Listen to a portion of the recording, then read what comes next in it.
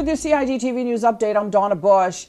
On Wednesday this week, an upgraded recycling depot was officially opened at the Northside Civic Center as part of government's drive into providing more convenient recycling services for residents of the Cayman Islands and as part of the Go East initiative. Shows that since our efforts, particularly during December, when we went out on a little campaign to try and educate the public, we are making some progress in getting the message across so that people can change the culture of throwing everything in the bin and starting to recycle.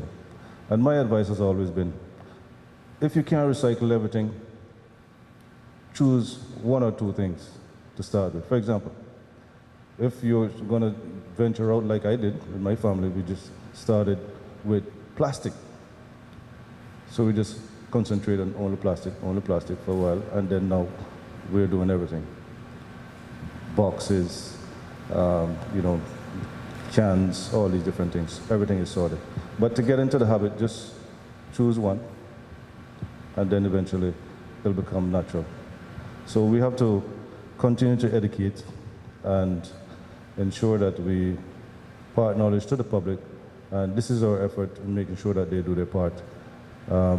Until we can eventually one day get to the point where we can place recyclable bins at your doorstep.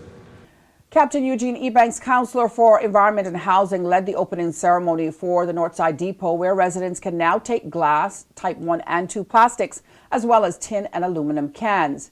Captain Ebanks lauded the DEH for this initiative, saying, "I would like to thank the DEH for ensuring that as a country, we are on the right path to addressing the matter of recyclable waste on our islands, both with educating our communities and ensuring that we do our part as a ministry with ensuring that the service is effective in achieving the goal of recycling waste whenever possible." The Department of Environmental Health started the initiative last December by increasing the number of recycling containers at its existing supermarket depots. Since then, DEH has installed a total of 7 new recycling containers at 4 of its supermarket depots. Year-end statistics, meantime, show the department collected and processed for shipping overseas a total of 96 tons of recyclable items in 2018. This figure represents a significant increase of 24% over the 78 tons of recyclables that the department shipped overseas back in 2017.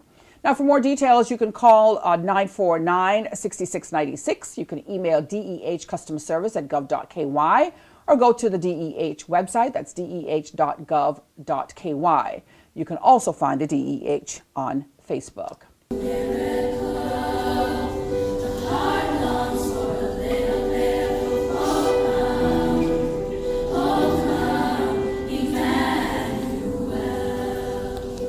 Well, students from private, public, and performing arts school across Grand Cayman are performing this week at the National Children Festival of the Arts competition. On Wednesday morning, it was time for those with the talent of voice to entertain their peers, teachers, and parents at the First Baptist Church while vying for gold, silver, or bronze awards. Primary and secondary school-age boys and girls showcased their musical, drama, artistic, and speech skills for the judges who are experts in their respective artistic fields. During the NCFA, the National Children's Festival of the Arts was started back in 1982 by the Education Department as an idea to have students express themselves through their creativity. During the morning session, where senior students performed vocals, the Spark School of Performing Arts won gold in both their performances. And if you'd like more information on where the performances are happening or for the results, you can call the Education Department on 945-1199. That's 945-1199. Well, the Cayman Islands will host the 2019 Carifta Games, which is just over 9 weeks away. And organizers have been busy for months putting together what is one of the biggest events planned for 2019. Work is currently being done on the Truman Button Sport Complex. The overall planning process, things are functioning smoothly. So far, we have trained almost 30 officials. We have had a significant amount of volunteers. The track itself, upon its completion, it will be the most modern facility within the region with the new Mondo surface. We've had quite a big turnout of volunteers. We had our first volunteer drive last week on the CIFEC campus. We had close to 200 volunteers, in addition to those who have signed up online. One of the biggest issues we have now is to make sure we have local meets to fully prepare our athletes. We want to thank the Honourable Minister, Juliana O'Connor-Connolly, and this government for the significant contribution they have made to make sure these games are done to the highest standard. Because of the significant contribution made by this government, you know, Cayman will be the title sponsor, hence the games will be called the Cayman Islands Caribbean Games. So we're still appealing to volunteers to sign up. In terms of ticket sales, you can go directly to our website, caymancaribbean2019.ky, to purchase your ticket online, or you could come to the LOC office or the Caribbean office, which is located at the Truman Board and Sports Complex. So hopefully that office should be up and running within the next week or so. And join us on Friday this week to hear more about how athletes are being prepared for a spot on the Cayman Islands Carifta team and a chance to compete on home court. Carifta 2019 will take place from April 20th to the 22nd. And that ends today's news here on our CIGTV News Update. If you missed it, you can go to the Cayman Islands Government Facebook page or the CIG Television YouTube channel. I'm Donna Bush, as always, thanking you for joining me, and I hope you'll do the same again tomorrow. Until then, have a safe night, and bye-bye for now.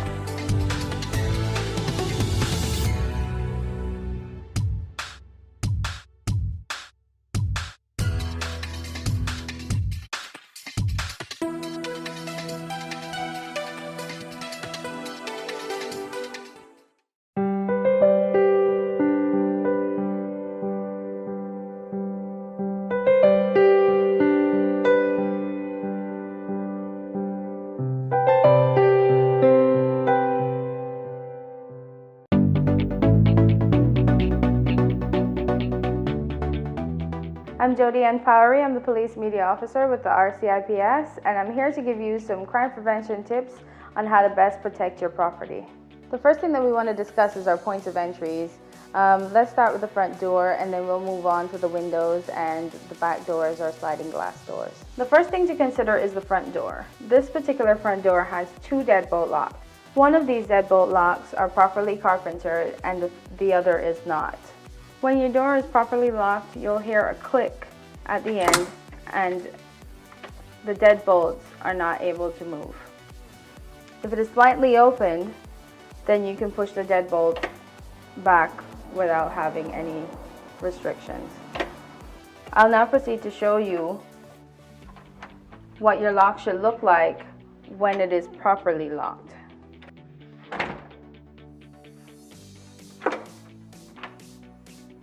When it comes to your windows, you want to make sure that your window is locked all the way down, because even though the lock is on, if it's not all the way down, it can still be pried.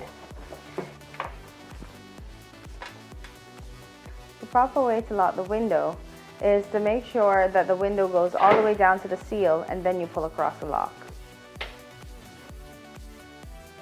When you have a sliding glass door at home, you want to make sure that you have secondary locking devices in addition to the lock that comes with the door. One of those can be a simple piece of wood that's jamming the doorway.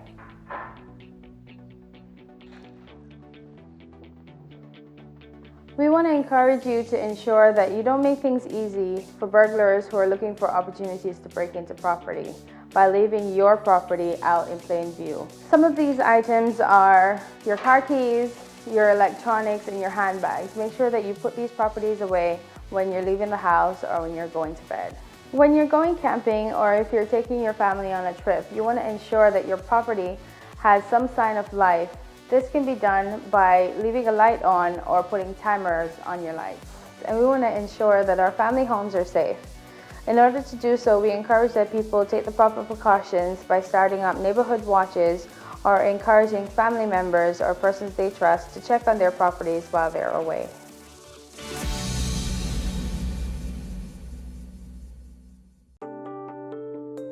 Did you know planning permission is required to clear land by mechanical means? You should check with the department as a planning and permit application may be required.